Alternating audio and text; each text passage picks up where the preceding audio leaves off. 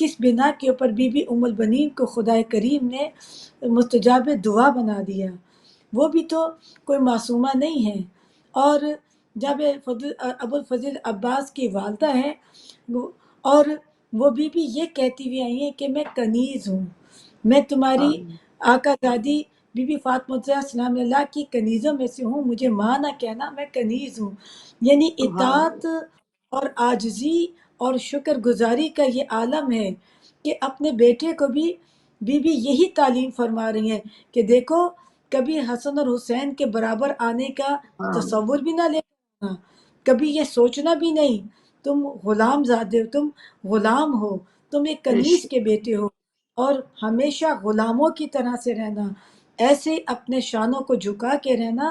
کہ جیسے ادنا غلام اپنے آقا کے سامنے اپنے آپ کو جھکا کر رکھتا ہے اور ان کی آواز کے اوپر سوائے لبیک کے کوئی دوسری بات نہیں کہتا۔ یعنی کہ اگر ام البنین آج مستجاب دعا ہیں، خدا کریم بی بی کے وسیلے سے دعاؤں کو قبول کرتا ہے، تو جاننا ہمیں یہی ہے کہ کیا وجہ ہے کہ جتنی آج کے زمانے میں ہم اپنے اندر ان ہستیوں کی اطاعت کرتے ہوئے عاجزی کو پیدا کریں اور اپنے اندر شکر کے عنصر کو پیدا کریں، اس فرزند کی، اس ماں کا بیٹا کہ جو کربلا کے بعد جنت البقیع میں جاتی ہیں اور 4 قبریں بناتی ہیں اور پھر انہیں مٹا دیتی ہیں،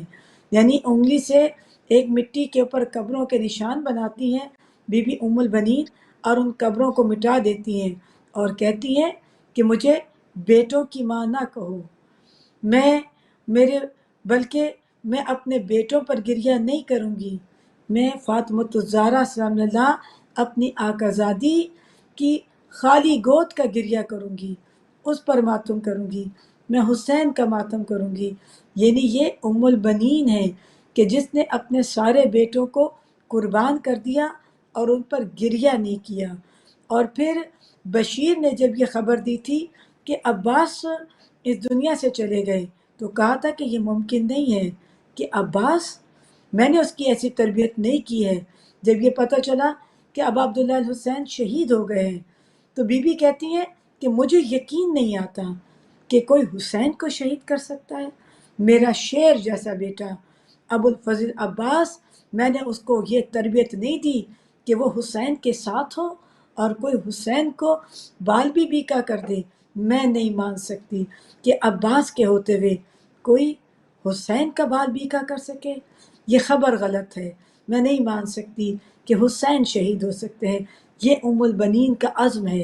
یہ اس کی تربیت ہے، یہ اس کا یقین ہے، اسے معلوم ہے کہ میں نے عباس کی تربیت ایسے کی ہے کہ پہلے اپنا لہو بہائے گا، اس کے ہوتے ہوئے یہ ممکن نہیں ہے۔ اور جب بتانے والے نے یہ بتایا کہ ام البنین تم صحیح کہتی ہو، عباس کے ہوتے ہوئے خیام حسینی میں آرام تھا، سکون تھا،